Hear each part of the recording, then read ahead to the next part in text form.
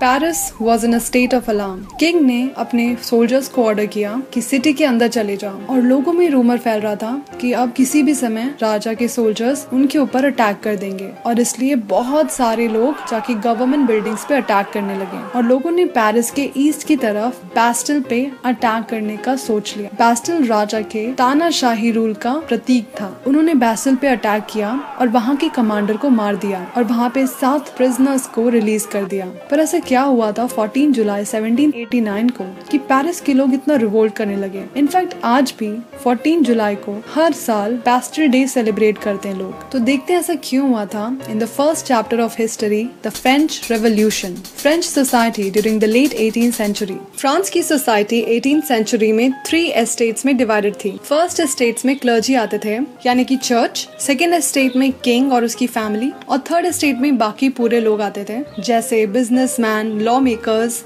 किसान, या फिर जो काम करते हैं। फ्रांस की पॉपुलेशन के 90% लोग किसान थे, पर इसका मतलब ये नहीं था कि किसान के पास सबसे ज्यादा जमीन थी। 60% जमीन फर्स्ट एस्टेट और सेकेंड एस्टेट के पास थी, और जो भी रिच मेंबर्स थे थर्ड एस्टेट के, उनके पास थी।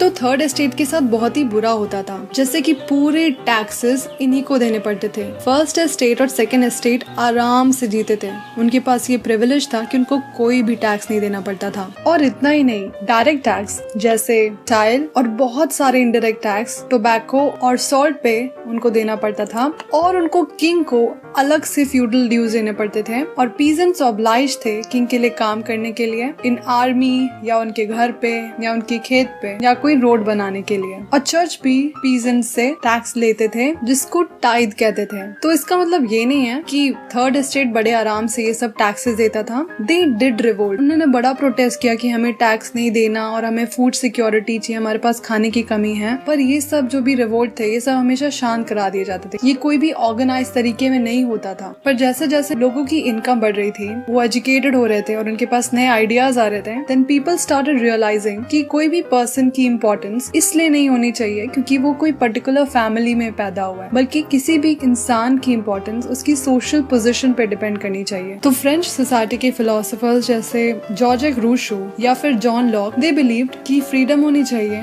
इक्वल लॉज होने चाहिए एंड अपॉर्चुनिटीज मिलनी चाहिए सबको, ना कि सिर्फ रिच मेंबर्स को। इनफैक्ट जॉन लॉक ने अपनी बुक ट्रू ट्रीटिसेस ऑफ गवर्नमेंट में लिखा कि राजा के पास कोई भगवान ने उनको राइट्स नहीं दिए कि वो जो चाहे कर सकते हैं। इनफैक्ट सबके पास राइट होना चाहिए। वैसे राजा से याद आया, 1774 में फ्रांस के राजा बने लुई 16 और उनकी शादी ऑस्ट्रिया की प्रिंसेस मैरी एंटवानेट से हुई थी। जब लुई 16 फ्रांस के राजा बने, ही thought he get a lot of money, but उनके राजा बनते वक्त फ्रांस के पास पैसों की बहुत कमी थी। और ऐसा क्यों हुआ जानते हैं। Cost of maintaining extravagant court at the immense palace of Versailles. इतना आलिशान सब महल था उनका वर्साई का, तो उसके रख रखाव के लिए ऑफ कोर्स बहुत सारा पैसा चाहिए, प्लस बहुत सारी वॉर्स हो रही थी। इनफैक्ट लुई 16 के टाइम पे फ्रांस ने अमेरिका की 13 कॉलोनीज को इंडिपेंडेंस दिलाई ब्रिटेन से। फ्रांस के ऊपर ऑलरेडी 2 बिलियन लीवर का डेट था, और 13 अमेरिकन कॉलोनीज को इंडिपेंडेंस दिलाने के बाद एडिशनल 1 बिलियन लीवर का डेट हो गया। और फ्रांस के स्टेट को जो लोन दिए थे क्रेडिटर्स ने, उन्होंने भी रेट ऑफ इंटरेस्ट बढ़ा के 10% कर दी, जिसकी वजह से ज्यादातर पैसा रेट ऑफ इंटरेस्ट चुकाने में चला जाता था। और इतना ही नहीं, army, court, universities, government offices, इन सब के लिए भी पैसे चाहिए। सो राजा ने सोचा चलो टैक्स बढ़ाते हैं। The struggle to survive. France में 1715 में 23 मिलियन लोग थे, पर 1789 तक आते आते 28 मिलियन लोग हो गए फ्रांस में, जिसकी वजह से खाने का दाम बहुत तेज से बढ़ने लगा। इनफैक्ट पॉपुलेशन बहुत तेजी से ग्रो हो रही थी, पर फूड प्रोडक्शन इतना तेजी से नहीं बढ़ पाया, जिसकी वजह से जो ब्रेड था उसका प्राइस बहुत ज्यादा बढ़ गया। पर जितनी तेजी से प्राइस बढ़ रहा था, लोगों की इनकम उतनी तेजी से नहीं बढ़ पाई, और इसी की वजह से वहाँ पे सब्सिस्टेंस क्राइसिस होने लगी। The outbreak of the revolution. राजा ने सोचा तो ये कि चलो टैक्सेस बढ़ाते हैं, पर उस समय फ्रांस में राजा अपने आप टैक्सेस नहीं बढ़ा सकता था, उसको एस्टेट्स जनरल की मीटिंग बुलानी पड़ती थी। एस्टेट्स जनरल एक पॉलिटिकल बॉडी थी जिसमें तीनों स्टेट्स अपने अपने रिप्रेजेंटेटिव्स भेजते थे और सिर्फ मोनार्क ये मीटिंग बुला सकता था। लास्ट टाइम एस्टेट्स जनरल की मीटिंग फ्रांस में बुलाई गई थी 1614 में। तो लुई 16 ने 5 मई 1789 को एस्टेट्स जनरल की मीटिंग बुलाई, जिसमें 300 मेंबर्स फर्स्ट एस्टेट से, 300 मेंबर्स सेकंड एस्टेट से और बाकी 600 लोग थर्ड एस्टेट से आए। और इन तीनों एस्टेट का एक एक वोट था,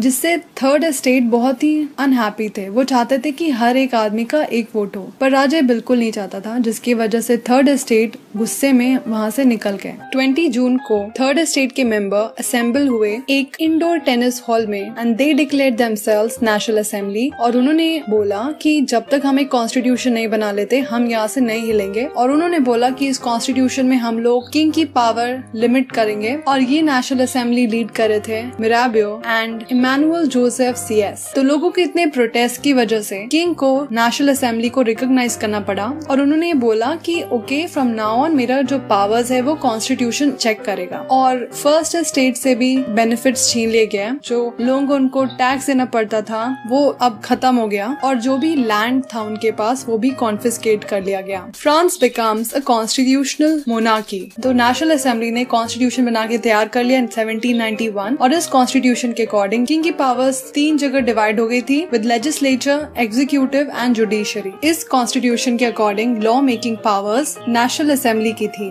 national assembly indirectly elected body थी, यानी कि जो एक्टिव सिटीजन हैं वो पहले इलेक्टर्स चुनते हैं और उसके बाद वो इलेक्टर्स वोट करते हैं नेशनल असेंबली के मेंबर्स को चूज करने के लिए। तो ऐसा नहीं था कि थर्ड एस्टेट के सारे लोग वोट कर सकते थे, सिर्फ मेन वोट कर सकते थे, वुमेन नहीं। और वो भी सारे मेन भी नहीं वोट कर सकते थे, उनको 25 साल से ज्यादा का होना था।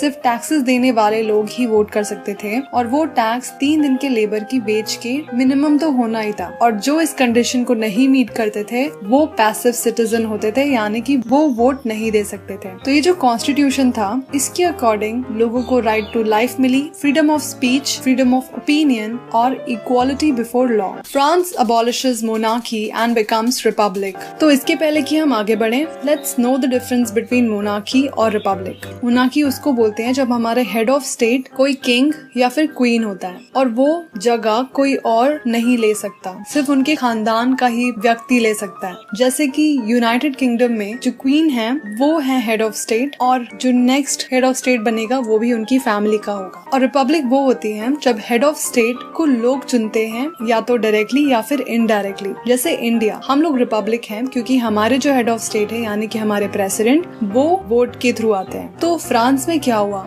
फ्रांस मोनार्की से रिपब्लिक कैसे बना और राजा का क्या हुआ? तो राजा ने हाँ तो किया था कि वो कॉन्स्टिट्यूशन मान रहा है और अपनी पावर्स को लिमिट करने के लिए भी रेडी था, पर उसने सीक्रेट नेगोशिएशंस किए अपने आसपास की कंट्रीज से, क्योंकि कोई भी राजा नहीं चाहता था कि उनकी पावर्स कम हो। उसके पहले कि ये राजा कुछ कर सकते, नेशनल असेंबली ने वॉर डिक्लेयर कर दी ऑस्ट्रिया और रशिया के अगेंस्ट। और लोग भी बहुत ज्यादा मात्रा में लड़ने के लिए तैयार हो गए, क्योंकि वो ये देख रहे थे कि अब ये राजा और लोगों के बीच की लड़ाई है और हमें ये प्रिविलेज का सिस्टम खत्म करना है। जो 1791 का कॉन्स्टिट्यूशन था इसमें रिच मेंबर्स जो थे उनको ज्यादा महत्व दिया गया एज कम्पेयर टू जो गरीब थे, जो किसान थे। तो अपनी आवाज सुनाने के लिए लोगों ने पॉलिटिकल क्लब्स बनाए जिसमें अलग अलग विचार के लोग अपनी अपनी बातें बताते थे ताकि उनकी बातें गवर्नमेंट सुने। ऐसा ही एक क्लब था जैकोबिन क्लब, जिसके लीडर थे मैक्सिमिलियन रॉबर्सपियर और इनकी एक पर्टिकुलर ड्रेस थी जो उनको अलग करती थी विद अदर पीपल। तो जब ब्रेड का प्राइस बहुत ज्यादा बढ़ने लगा तो लोग बड़ा ही रिवोल्ट करने लगे और जैकोबिन क्लब ने प्लान किया कि राजा के पैलेस में घुस के राजा को बंदी बना लेना। और नेशनल असेंबली ने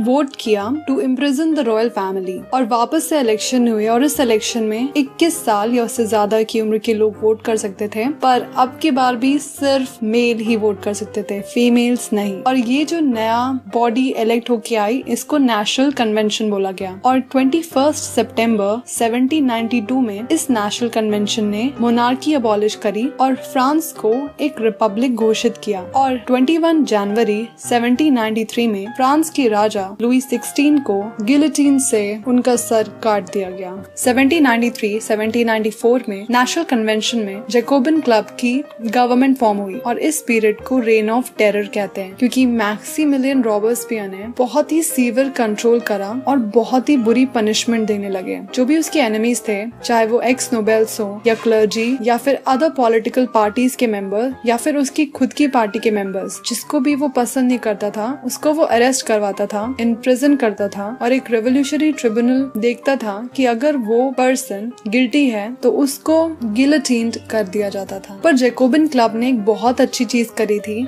that they abolished slavery। तो स्लेवरी क्या थी? फ्रांस की जो कॉलोनीज थी कैरेबियन में, जैसे मार्टिनिक, ग्वाडेलोप या फिर सैन डोमिंगो, यहाँ से चीजें इंपोर्ट होके आती थी फ्रांस में, जैसे टोबैको, इंडिगो, शुगर या फिर कॉफी। तो ये सारी चीजें बनाने के लिए वहाँ पे लेबर्स की जरूरत थी, पर यूरोप से कोई भी वहाँ पे काम करने को जाने के लिए रेडी नहीं था। तो इसलिए ट्रायंगुलर स्लेव ट्रेड की शुरुआत हुई। इसमें क्या होता था, फ्रांस के दो इम्पोर्टेंट पोर्ट नैंटिस या फिर बॉर्डिएक्स से ट्रेडर्स निकलते थे और अफ्रीकन कोस्ट पे जाके लोगों को खरीदते थे और उनको फिर बोट में बहुत ही दयनीय स्थिति में लेके आते थे कैरेबियन, वहाँ पे उनसे काम करवाते थे और फिर इंडिगो, टोबैको, शुगर, कॉफी, ये सब चीजें वापस से लेके वो फ्रांस में आते थे। तो ये स्लेवरी ऑफ कोर्स बहुत बुरी थी और नेशनल असेंबली में ये बात हुई थी कि स्लेवरी को हटाया जाए, पर ये नहीं हुआ। पर कन्वेंशन ने स्लेवरी अबॉलिश करके एक अच्छा काम किया।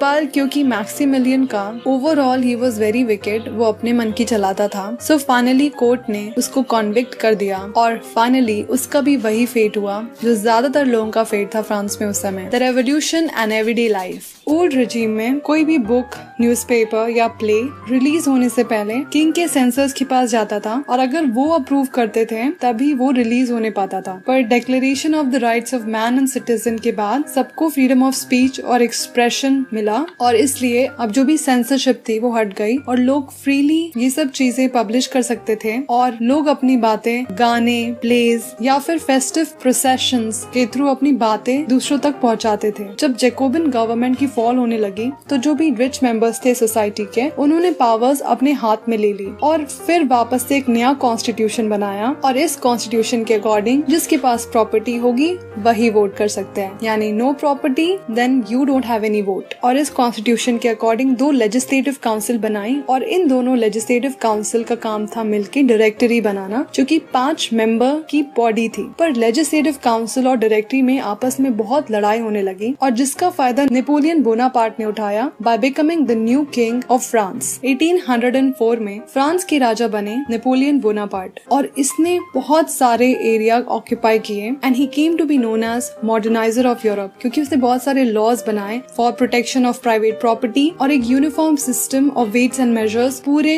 यूरोप में करने का उसने ट्राई किया। तो लोग पहले तो बहुत ही खुश थे कि नेपोलियन बोनापार्ट ने इतना अच्छा काम किया, but later on when they realised Napoleon तो बहुत ही ज्यादा क्रूअल हो रहा है। बट फाइनली 1815 में इन बैटल ऑफ वाटरलू वो हार गया एंड सो सिर्फ इतना ही आपकी बुक में। If you have any question write it down in the comment section below and if you like the video give it a big thumbs up and thank you so much for subscribing my channel. और अगर आपको ये video अच्छा लगा तो please subscribe to my channel and thank you for watching. Bye.